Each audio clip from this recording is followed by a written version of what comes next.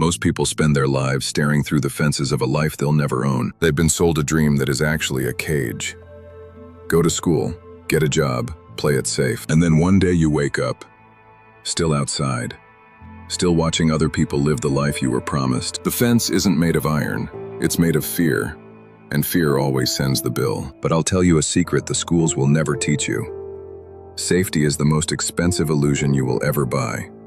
It costs you your time, your freedom, and eventually, your soul. This is the story of two kids who chose freedom and put their hands on the lock. Sofi's father, my best friend, was a good man, a brilliant man. He had a master's degree and a heart of gold, but he was terrified.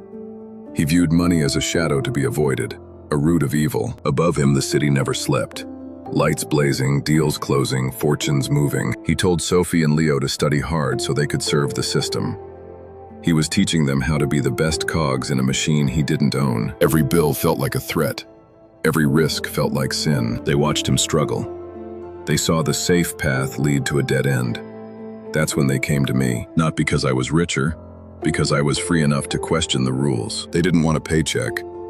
They wanted the keys to freedom, and they were done living small. In a glass office above the city, I stood before Leo and Sofi. If you work for money, you give the power to your employer. If your money works for you, you keep the power. The poor and the middle class are masters of the struggle. The rich, we are masters of the mind. I promised to teach them, but not with books. I would teach them with life, but there was a price.